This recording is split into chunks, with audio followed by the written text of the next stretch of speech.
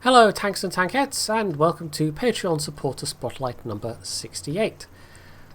I wanted to start off with this video by apologising to everybody that's noticed the lack of content recently, and especially my patrons who are, keeping the lights on. It's been a bit crummy in terms of video output, and that's because I've been feeling a bit crummy, and that tends to have a knock-on effect on everything else. Now, I am in the process of getting a bit of extra help because I think it's just gotten to that stage even. But I didn't want to leave everybody else in the dark because the lack of videos doesn't really tell you anything by itself. Sometimes it's hard to even just say you're not feeling so great. But anyway, here I am, and as I say, I'm in the process of getting a bit of extra help.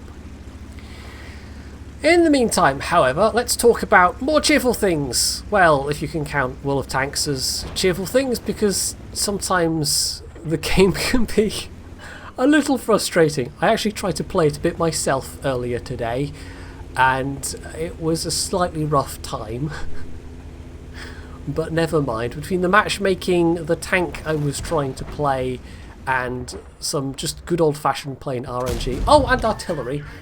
Let's not forget artillery. I was playing a slow heavy tank, and I think every single game had multiple artillery, who delighted in basically just perma-stunning me and making my already long reload even longer, so that was fun. But, people can have fun in this game, so I'm told. Weird people. And one of them, as we're seeing right now, is Island Man, who's quite a long-time supporter at this point. Some of my patrons have been around for a fair while. I mean, just the fact we're already up to 68 editions of this tells you how long I've been going with Patreon now. This is the M46 Patton, the tier 9, and as you can tell from this replay, it has pretty good turret armour. You don't really see that feature of the American mediums until tier 9, although having said that, of course, there is the Sherman Jumbo. If you use the stock turret on the Jumbo, that thing can be pretty damn tough, although you do pay a penalty in terms of your rate of fire, and I think also your view range. I'm just going by memory there. This is a really good position for Island Man, as one can tell. He's also in a really good position in terms of the matchmaking, being in the top tier, and especially with his gun, which has more than good enough pen and a very nice punch. This is just a really good position to be in right now. There isn't even any artillery for him to have to worry about. He can just keep working this ridge area and keep racking up the damage. He's up to almost 3,000 damage already. That's how good this gun is. And the American medium line generally, it's got some interesting spots. I mean, I don't know many people are a fan of the M3 Lee, but the high tiers are very good machines by and large. So if you're, wondering if they're worth it, then I would say definitely yes. While this is all going on, well, they've got a fair few tanks here, so that means the town is a little understaffed. Is that the correct word? A little underrepresented, and so the few tanks that did go that way, they are being swept up by the enemy team. And that means they're going to have to win this flank. Now, despite his good use of the gun depression and the turret armour, he's still managed to take some damage. I think it's only been, what, 2 or 3 hits? It's not been many, but those couple of hits have hurt. I mean, the Object 705 alone hit him for just over 500 hit points. Some of these high-tier tank guns really do hurt. They are slowly getting the upper hand, though. They've not won this yet. But they've managed to chunk a fair bit of the enemy team's hit points. Well, really, it's probably Island Man who's been doing the chunking. Everyone is running a little low on health, though, except for one player. You may have noted the Object 257, who's chilling at the back there, rather behind everybody else. Keep an eye out for them on the score screen. I'm not going to foreshadow things too much, but In a way, although they will become important to the outcome of this game, you could also make the argument that the game wouldn't have turned out as it did in a negative sense if that player hadn't been playing as they had. So with the threat on the flank gone, the Rheinmetall Borsig, that just leaves these couple of remaining tanks. But he's got to be careful here. If he exposes himself too long, he could leave the side of his turret vulnerable to being hit. But he's still looking for opportunities, just pecking away where he can. That KV-3 really didn't stand a lot of chance against that gun. And, well, at that stage, he makes that shot. That was entirely just based on the minimap, basically. And, yeah, unless it was in the game and it just wasn't rendering in the replay, that might have been a replay bug. But, you know, it looks like he hit that 87 blind. And if he did, that was a heck of a shot. So that's the Oni down, the last of the enemies on this flank. And although he's lost a bit more health, he can still theoretically take a hit or two. The only remaining enemy tanks are a 257 and an LTTB. And the 257 could, I think, one-shot him potentially, depending on the RNG, but equally he could survive the hit. Their 257, as you can see, has full hit points. They haven't contributed much. They really haven't. Now, they won the flank despite that Object 257 not really doing anything. In fact, I think up till that point they've gotten 0 damage. But just the fact they have full hit points at this stage is still kind of useful. It's just that they have to then actually drive forward and do something with those hit points and not completely derp out and die. There is the Lerva still alive as well. That is a particularly good gun to have on their side, still in action. But the Lerva's hit points aren't anything like as good as the 257, who only has high health because they've done nothing and no damage. You would think, given the circumstances, that it would be their 257 that would be being a bit more proactive here and abusing the fact they have all of these hit points. But instead it's Island Man, who is potentially a one-shot, who's having to keep this enemy 257 spotted. And he does have here the advantage of allies behind him and good gun depression, but even so, this is a slightly risky play. His gunnery was pretty good up till the point where he was trying to make longer range shots, and I think at this stage also he's aware that this is quite a tight game and he doesn't want to mess it up, and so some of his shots have not been so brilliant in the latter half of this match, but you can't argue with, well, 7,000 damage done. So as we see, the 257 did eventually find the W key, drove in, has taken some hits, and actually gets the kill. I think they've had a total of 2 damaging shots in this entire game, just based on the amount of damage they've done on the score screen. We're not quite done yet though. That LTTB is still very much alive and kicking, and as Island Man is by far the fastest machine next to it left alive, well, he's got the best chance of actually getting the kill. The LTTB can't really do much at this point except run away. In fact, potentially they could run all the way down the other flank, but at that stage, well, they've got 3 tanks that could cap. There isn't really enough time overall, though, for any extremely fancy flanking manoeuvres, and the LTTB, as it turns out, isn't really trying. They're just running to the buildings at this corner, and that's where they're going to make their last stand.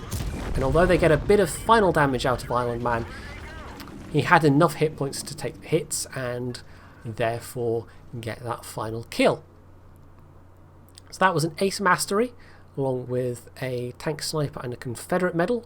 7,500 damage done, nearly 7,600 in fact. And despite what I said about his shooting, it really was only a couple of shots in the scheme of things. 30 hits out of 35 rounds fired. That was all enough to give him a very healthy 1500 base XP. That Object 257, meanwhile, 410 damage done. I mean, they still managed to place higher up the team than some of the other people that were on this team. But yeah, that wasn't great from a top tier heavy. That was just extreme passivity up until the point where, well, suddenly those hit points became useful. At least they then had the brainwave to drive forwards. If it had just been Island Man alone, that could have been a lot trickier. For the next replay, we are on to you with a pre-1.0 game. This is 9.22, I want to say, and the WZ-132, which is a very capable Chinese light tank. It's just a very capable light tank generally. He's also demonstrating why people don't like this flank on highway so much, because if you get to this position with a good view range tank, it makes it extremely hard for the enemy team to actually push forward and do much. He does have a couple of allies who are further west as well, so he's got some firepower backing him up here, but there's enough cover, and he obviously knows the spotting mechanics well enough to back up, not get spotted, and get a bit of damage himself. He's already up to over 2,000 spotting damage though. There are a fair few even tanks in the town, so they don't have to immediately worry about that flank being undermanned, unlike the last game. And so, unless there are significant numbers of enemy tanks here, this looks like a fairly even spread of both teams. As we can see though, his allies that came here are getting fairly hammered, so there are definitely tank destroyers within render range towards the enemy base area who are working them over fairly well. That FCM, by the way, they do seem to have slightly forgotten that they got hit on the way over here, that there therefore must be something in these bushes firing at them. Can he get the kill? Well, he might get another shot, but not enough damage to actually kill that FCM. They are a comfortable one shot at this stage, however. Now, with the death of his two allies further up, it puts him in a slightly tricky position, but not as tricky as one might suppose, because, as it turns out, the 1375 is also very low health, as is the KR. If he plays his cards right, he can win this engagement. Artillery will also probably be taking a keen interest in this flank, because if he dies or runs away, well, it's their bacon that is on the line. And indeed, there we go, both the GW and the FV killing those two low health tanks. So that just leaves the FCM alone, and he knows that the FCM is alone, and therefore, given that he's full health, there is no reason not to go for him. And indeed, spots him well before the FCM can spot him, and gets the final shot. Then an unexpected thing happens. He spots the M5355 who had come to that position. It wasn't even the SU-101, it was him. Now, in taking the killing shot on the M53, the SU-101 exposed themselves to fire from a 103B, and that's something that, well, apparently this gun can pen, but the M1 is doomed. He's not going to be able to get the shots out, get the damage out quick enough to kill this Stridswagen in order to save the SU. But he's done a fair whack of damage. So, again, he can confidently go over there knowing that he can take the hit and the enemy really can't. The town, meanwhile, has fairly well been won. They've lost a fair few tanks, but they do definitely have the upper hand. There's only one enemy tank destroyer left. So it's basically the two tank destroyers. And, well, that first shot was good, but he's going to struggle slightly to get the final blow. Although, as this Stridswagen's in travel mode, yeah, they weren't likely to land a hit on him. But yeah, apart from the two tank destroyers, it's also just the remaining artillery. So the GW takes the kill a little unnecessarily. He was a bit kill hungry there. It wasn't really for the damage. However, that leaves another target for him to go after, the enemy GW. And although his first shot misses, he does land a second one and looked likely to get the kill until once again their artillery swooped in and hoovered up another one. In fact, the GW Panther now has 4 kills, 2 of which were basically gobbled up that way. However, there's going to be a little bit of, would you call it karma here? I don't know, because he runs down to help his team get the Su-122 that for some reason they couldn't manage to finish off by themselves in time. And they actually managed to spot and kill the GW, who was weirdly far forwards. So there is absolutely no chance that that GW will steal this kill. There is still 1 artillery left though, that FV305. He's got the health, in fact he's lost no hit points just during this entire thing, so he goes in for the just to run around the circle strafe. And although he gets a little more damage out of it, it's actually the defender that gets the kill, so at least it wasn't artillery.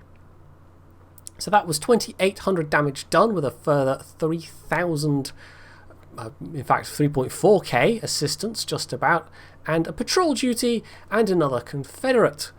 All in all, that was a very good game. It was a bit of a smash and grab, really. That wasn't a long one at all, and in the scheme of things, it was sort of a reasonably easy win, but they still lost a fair few tanks, and just even on the amount of damage done, he's still very much towards the top of the team. So that was a pretty good light tank game, and it shows why sometimes they can be just as dangerous as a well-played medium, if not a bit more so. Lastly, we are coming to the Type 59, and this is a 1.0 replay. So this is before the buffs that came along with 1.2. Just to refresh everyone's memory, that basically means decent mobility but nothing special, rather mediocre gun handling, rather mediocre penetration, but it still gets pretty good armour for its tier. And if you're playing a Type 59 well, then you can also make some fairly good credits.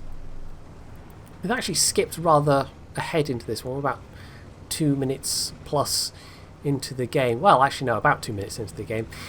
And basically showing Super Ranger performing a slightly risky flanking manoeuvre, but as it's turned out, the enemy team really didn't have a lot of tanks that came this way.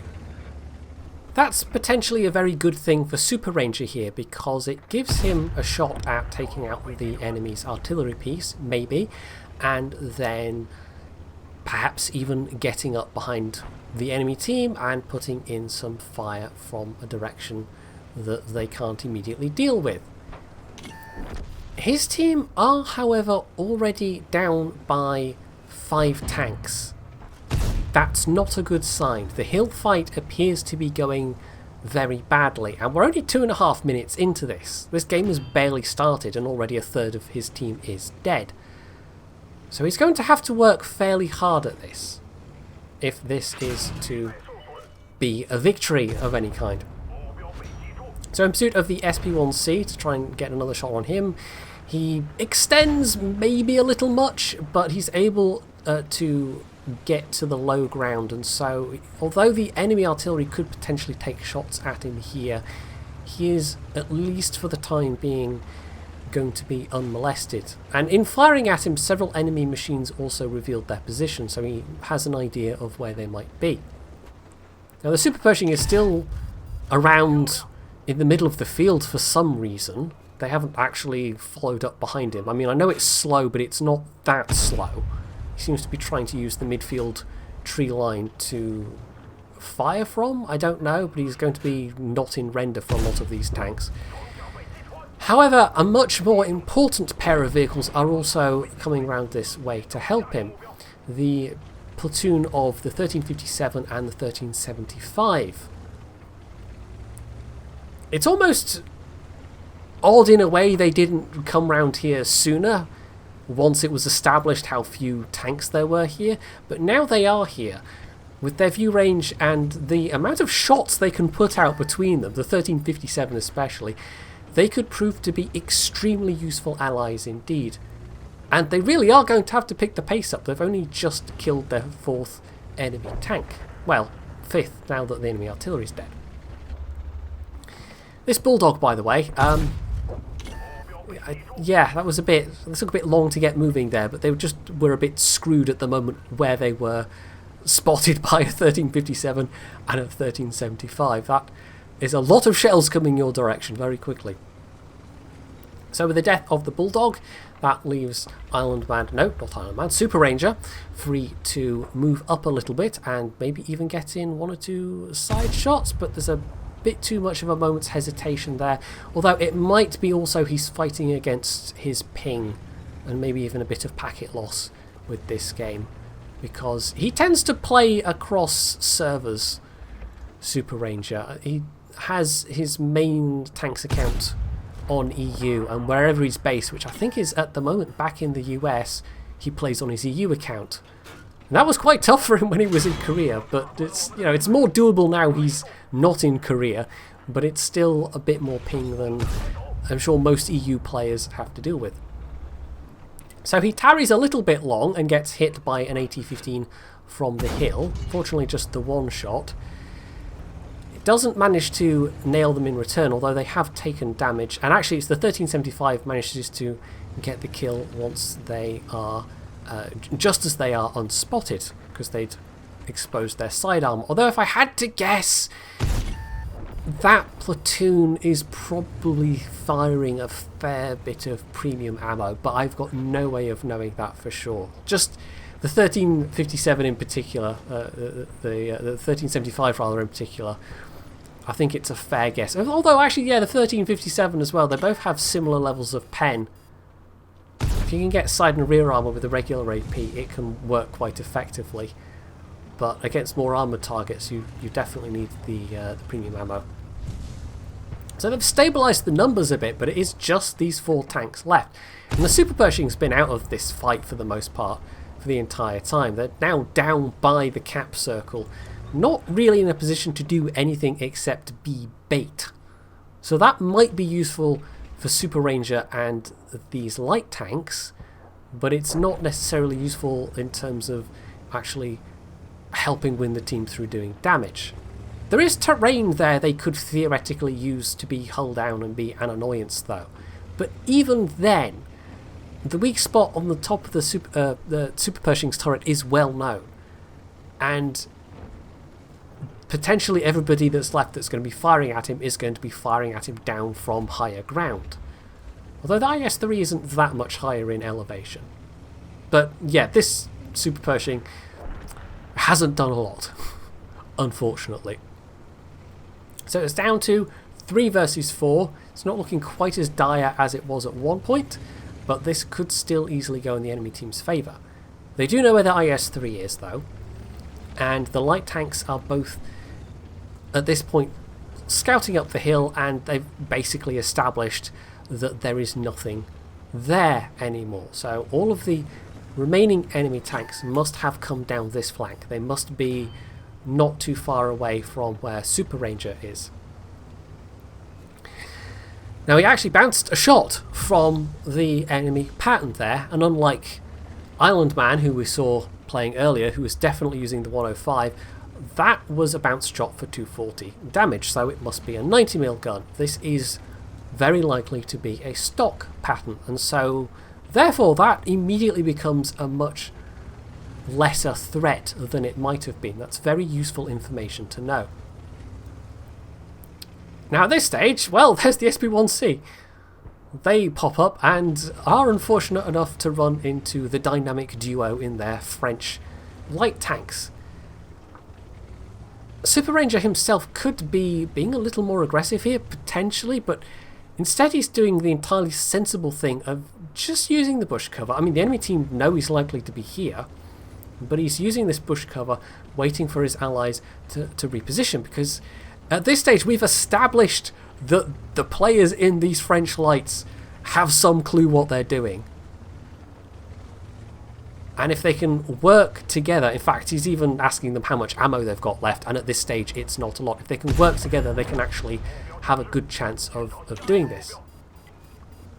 Now, I think it's one of the lights that spots that Patton, who turns out to be an easy one-shot, so that's great. That's one less tank to deal with. The Su-152 could still hurt, but unless they're firing heat, or, well, potentially even an AP shell, you know, that would pen, potentially. A derp gun would do more module damage but less hit point damage, but none of it would be enough to actually kill Super Ranger outright. So it turns out the SU is over in the tree line and does derp him, but between his fire and, well, mostly the light tanks so far, but he's going to get a shot in, and despite knowing he was exposed to the IS-3, he chooses to keep aiming and does take the hit, which now leaves him a one shot for the IS-3. But crucially, this is 3 versus 1, and he knows his reload's quicker than the IS-3. And he has loaded his APCR at this point, but I mean, it's the end game. This is do or die. You've got to do your best to ensure you're going to win this one. So with the distraction he's provided, and with the shots he's managed to get in, and with the assistance of these 1375s / 57s, he's managed to help bring home the victory. And this really was less about him, although he did play very well, and more about the teamwork at the end there. Just that little bit of communication where they kind of understood that each player was playing decently, that really helped seal the victory. But it was Super Ranger who was by far in the lead, both in terms of XP and in terms of his combined damage. Actually, the 1357 beat him in terms of raw damage, but not only did he have that 2300 damage done, but another 4000 spotting as well, which, you know, explains the patrol duty, I guess. He was spotting a fair few things in that one that his allies were shooting at. So that was a fairly tense end to that game, but as I say, a very nice bit of teamwork. Really helped bring it home, and despite there once again being a not terribly helpful player left alive at the end, that Super Pershing still placed rather higher up the scoreboard than most of their teammates. You look at that scoreboard and you start to understand why the team on the hill got ruffle stomped quite so easily. Some of them had okay damage, but considering what they were facing off against, they just got apparently quite outplayed. So that's it for this supporter spotlight, although, as I said, it's a little bit overdue, so apologies for that. I'm also aware I'm behind with things like a Vanguard review, there's the Dreadnought. I haven't even touched submarines in World of Warships yet, although we'll do a video on my thoughts on that eventually as well. And there was also another Carriers weekend beta, which, due to a bit of a mess up on Wargaming's end, some of the CCs weren't authorized for. We couldn't update the test client. And by the time I had re-downloaded the entire thing, which I had to do, basically the time had run out. But hopefully I will catch the next one. So if you enjoyed this video, you can do all the usual things down underneath it. You can go and check out my Patreon page if you feel like giving me a bit of direct support, which is always appreciated, and as I've said at the start, basically keeps the lights on. And of course, as always, stay tuned for more.